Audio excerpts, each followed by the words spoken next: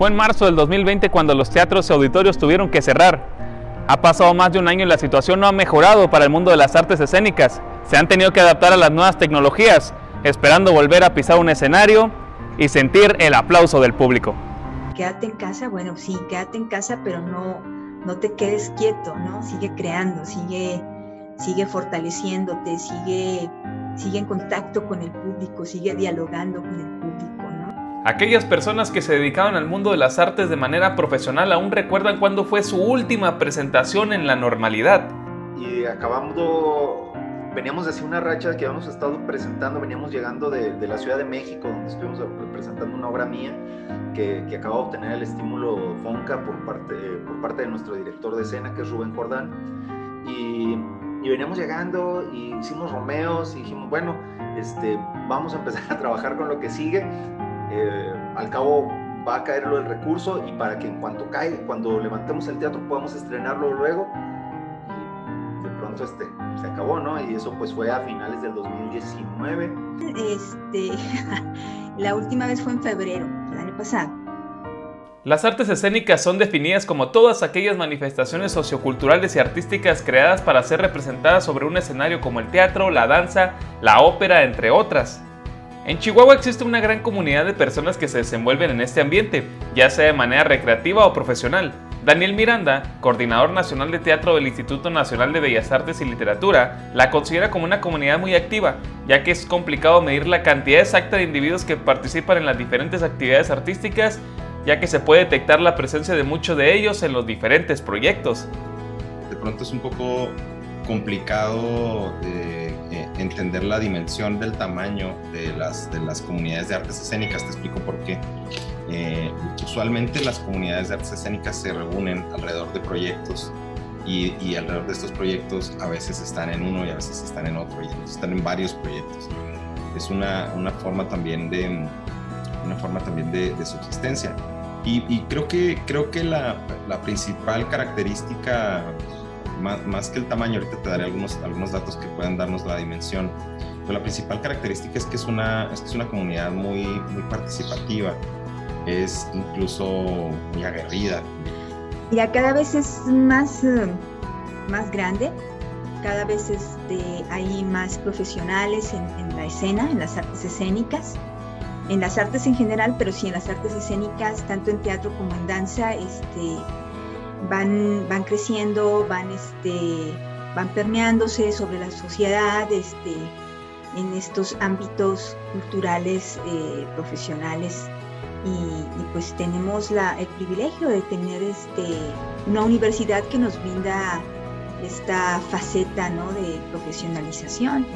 Entonces, y muy buenas escuelas, ¿no?, aunque no estén como registradas o catalogadas como se podría decir dentro de la SEP, ¿no?, o dentro de un punto escolarizado, ¿no?, como profesionales, pero sí tenemos muy, muy buen nivel. Para entender la cantidad de personas que practican estas actividades podemos irnos al análisis frío, el de los números y estadísticas.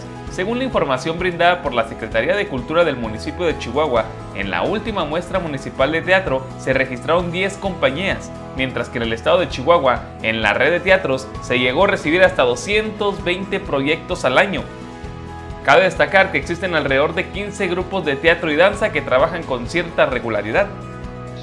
Usualmente los proyectos los componen alrededor de 10 personas, entonces podemos hablar como de por ahí podríamos como ir perfilando un poco la dimensión. La emergencia sanitaria ha desatado un sinfín de consecuencias sociales y económicas en todos los sectores, pero las artes escénicas sin duda alguna ha sido uno de los ambientes más afectados, por lo que se presenta una lucha constante para mantener el ánimo y encontrar oportunidades laborales para estar en activo.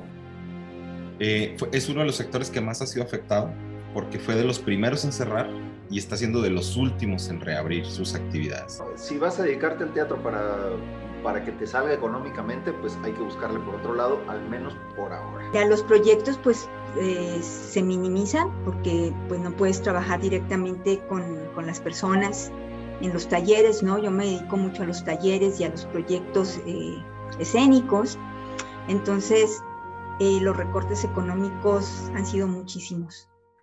Y Y eso pues sí afecta a la economía, ¿no? No nada más la mía, sino de mis colegas, ¿no? También.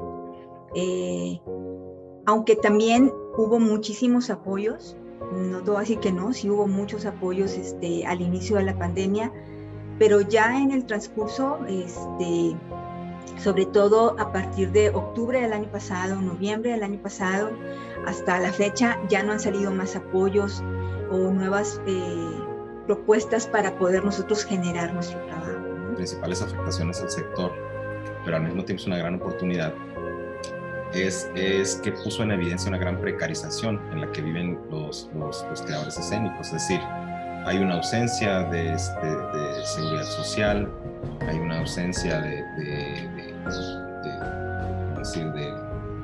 alguna manera de asegurar el tema de sus percepciones o de tenerlas con cierta regularidad. Entonces eso hace muy complicado.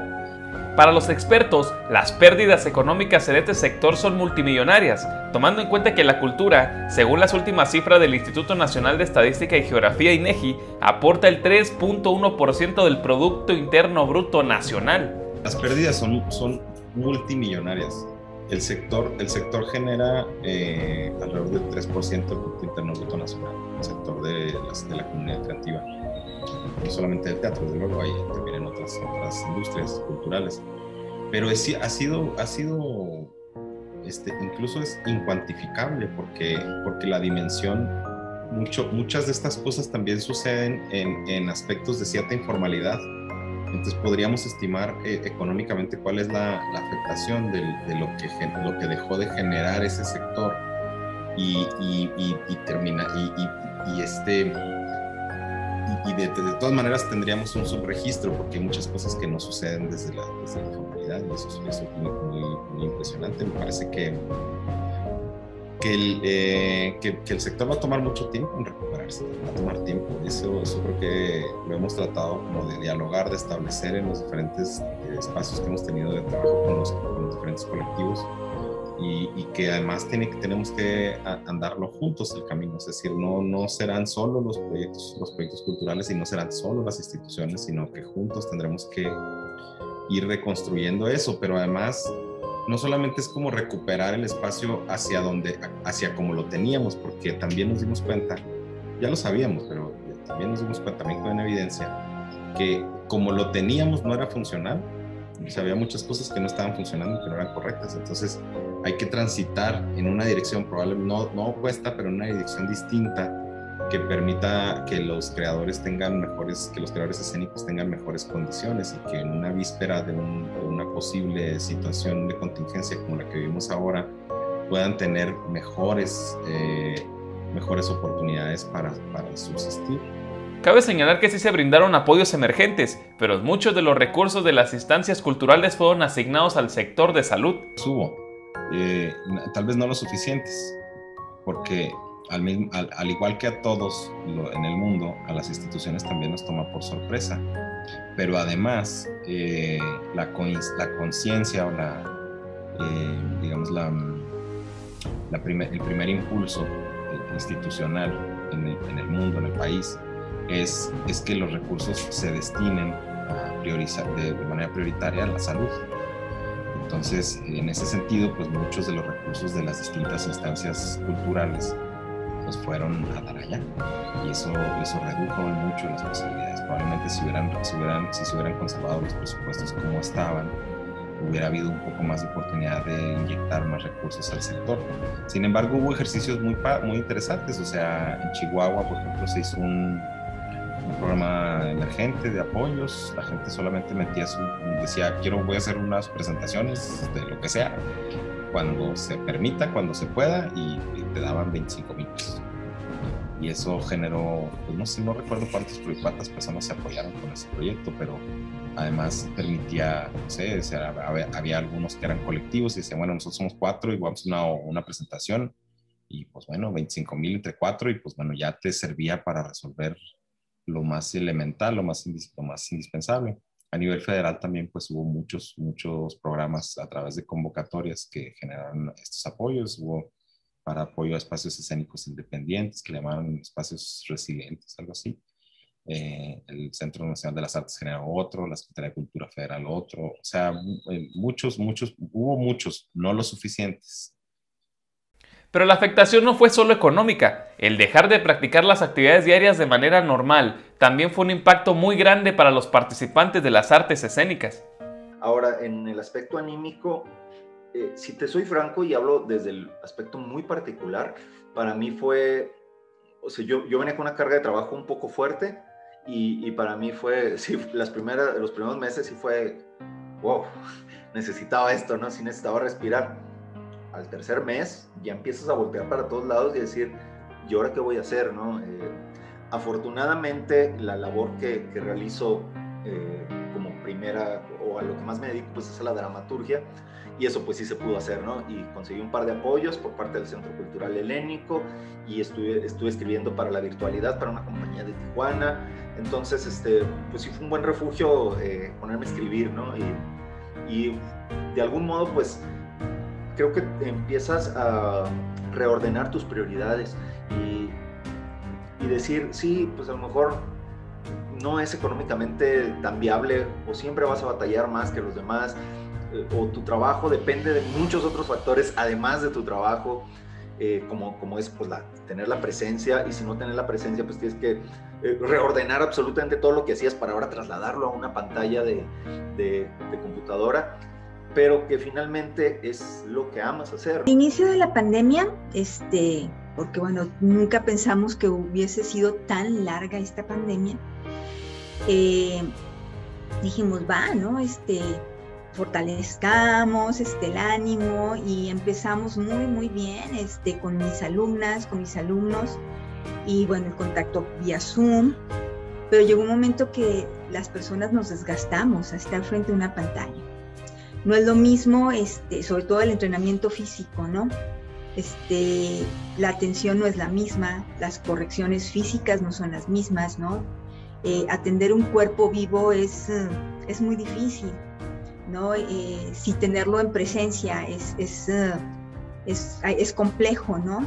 Para los lenguajes únicos, corporales, pues mucho más en medio de una pantalla, ¿no?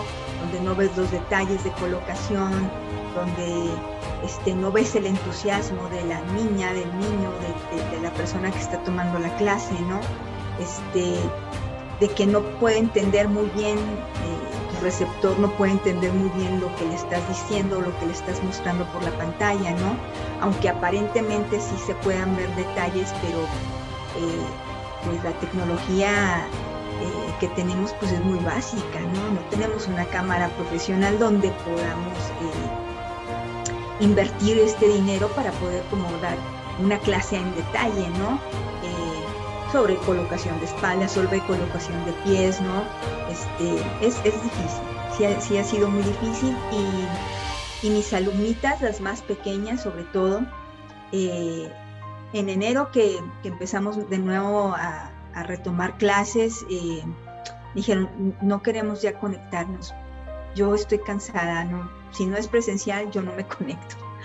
Entonces, sí, emocionalmente ha sido pues triste porque también pues ves las historias, ¿no? Que no todas las personas tenemos la posibilidad de tener el privilegio de tener un teléfono celular y una computadora. Pero el panorama no es completamente oscuro para esta profesión. El cierre de actividades ha contribuido a la búsqueda de nuevos caminos para que el espectáculo siga estando presente en la vida diaria, y muchos de los profesionales han encontrado en la virtualidad una nueva oportunidad. Ha sido un sector también que ha mostrado una gran resiliencia. Fue de los primeros también que empezó a transformarse, es decir, a ver, no vamos a poder salir, no vamos a poder presentarnos, me voy a las redes y me voy y saco desde aquí. Hubo una saturación en algún momento del año pasado de muchas actividades, de muchas búsquedas, que algunas de ellas han sido muy valiosas, han sido luminosas. Y bueno, pues hemos tenido cosas que llegaron para quedarse, ¿no? Como por ejemplo, que muchos de los programas que ahora estamos diseñando para las artes escénicas tengan componentes híbridos, tengan componentes de semipresencialidad, o de presencial y virtual, o semivirtual, o virtual asincrónico, o virtual sincrónico. O sea, hay una serie de cosas que llegaron ahí que son muy interesantes. Otros aprovecharon el distanciamiento social para reestructurar su plan de trabajo y estar listos cuando el mundo vuelva a la normalidad. Tal es el caso de Víctor Velo, productor de la compañía de teatro La Bodega, ubicado en la ciudad de Chihuahua, el cual utilizó el cierre para mejorar la infraestructura de su centro cultural. La vista ya está enfocada en el futuro. El trabajar y volver a reconstruir este ámbito tan importante en el desarrollo personal tendrá un duro camino, por lo que habrá que trabajar de manera conjunta entre instituciones y colectivos para recuperar las pérdidas. Y creo que el reto sigue siendo siempre el mismo, ¿no? O sea, hacer las cosas, pero hacerlas siempre con calidad. O sea, si vas a entrar a la virtualidad, pues sí, pero que tu obra entre o que proponga algo dentro de la virtualidad. Y ahora, regularmente tu reto era lograr que la gente llegara al teatro, ¿no? Pero una vez que llegaba al teatro, ya estaba ahí. Ahorita tu reto es que te están viendo tu obra y que no la pausen y le cambien a Netflix. Yo espero que el año próximo la vida se revitalice, la actividad escénica, con espacios ya con una mayor capacidad, continuando con protocolos todavía de higiene, de una cierta distancia, probablemente a lo mejor ya no es tan necesario cubrebocas, etcétera, pero yo espero que el año próximo estemos en unas condiciones mucho mejores y probablemente un año más como para pensar en que ya estamos otra vez como estábamos hasta el principios del 2020. Espero, esa es un poco la expectativa. Para los informantes, Carlos Infante.